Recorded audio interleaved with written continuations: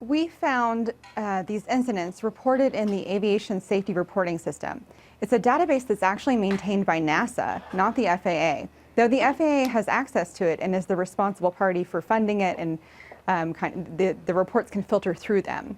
But we found these reports in there. We found at least 5. We know that there might be many others, specifically to the MAX 8, with issues during takeoff, where the pilots seemed surprised by how the plane functioned during the takeoff ascent portion of the flight.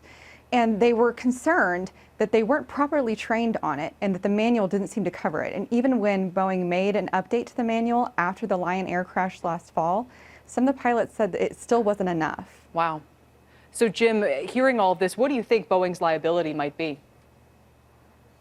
Well, I think they have liability on 2 different fronts. One, obviously, would be the passengers who tragically lost their lives in these 2 crashes.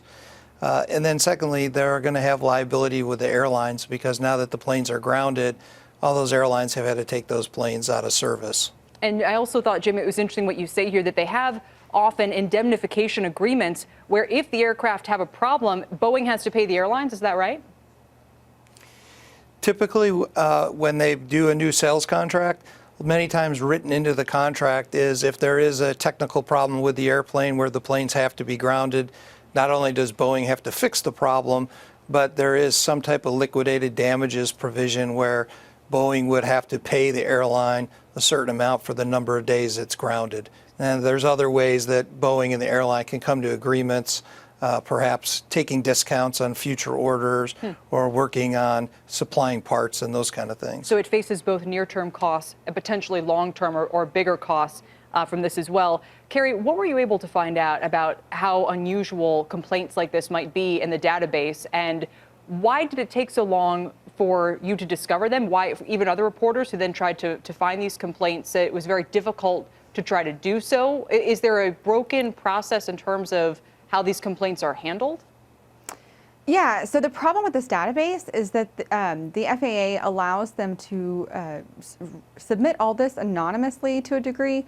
They know the FAA has access to information that we don't, that's not in the database from what we can see. But the idea was to allow them to submit these complaints anonymously so there wouldn't be fear of repercussion, that they wouldn't necessarily be punished for what they report. If they had a concern about safety or if they noticed something that's going on. So there's all kinds of incidents reported in here for flights that happen every day. The complaints can come from air traffic controllers, from ground crew, from flight attendants. But the idea is the FAA, they want people to come forward with safety concerns, so they have this system. They have NASA maintain the database as a neutral third party. But it's hard to tell. The flights don't have numbers associated with them, cities, exact dates. There's a lag in reporting, so we don't even know how many total incidents there might be whenever all the reports finally appear, up until what happened in Ethiopia this past week. But there's not a lot of detail to go off of. And the FAA has kind of pushed back a little and cautioned, saying, these are just self-reported incidents by pilots. Some of it might be pilot error. We don't know that it's necessarily a problem with the system. And they said that, these wouldn't necessarily have been a heads up to them to look for anything. All right. I think there's some pilots who disagree with that.